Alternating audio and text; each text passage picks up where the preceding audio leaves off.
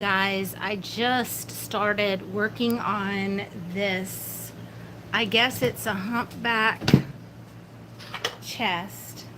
I have discovered that it's metal, but more than that, all you DIY experts out there, first of all, how concerned are you ever that you're working around lead paint? Do you always test your project for lead paint before you start digging around in it?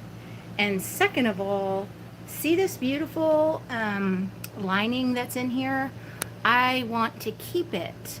But see, like, I guess that's water damage. And I'm not sure if there's anything I can do about cleaning that because it's very brittle and it is paper. And my original thought was I was just going to seal it with some DIY liquid patina. And I was going to seal this inside, but it's looking now like that might be cedar. So I may continue to take just the bottom out, but then I kind of got freaked out because I thought it might be lead. And then I think the outside I'm going to just strip it down and see what comes up and then decide to paint.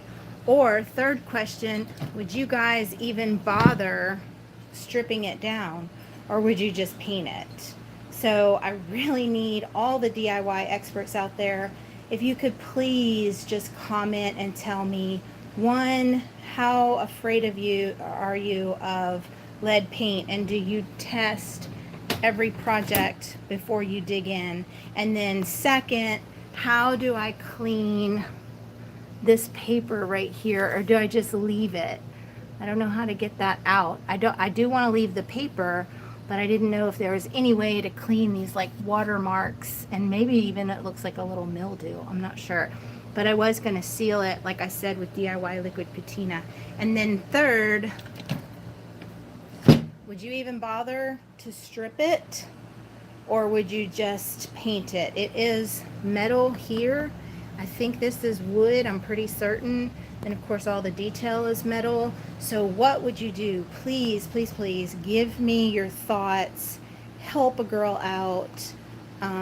Let me know your expert advice. Thanks.